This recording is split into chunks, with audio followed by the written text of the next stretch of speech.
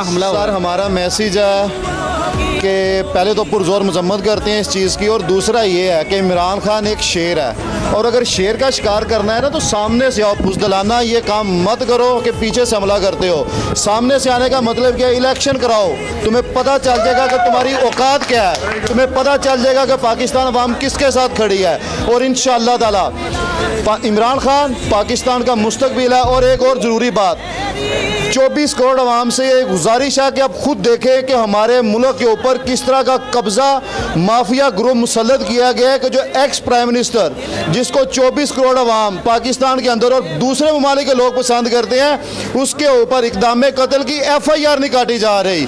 ये एक बुज़दिलाना हरकत है। राना सनाउल्लाह और इस्टेब्लिशमेंट और PTM, ये बात कान खोल के सुन लो। ये जो तुमने आज किया है ना खान के साथ, इसका तुम्हें भुगतना पड़ेगा, इसका तुम्हें अजाला करना पड़ेगा। पाकिस्तान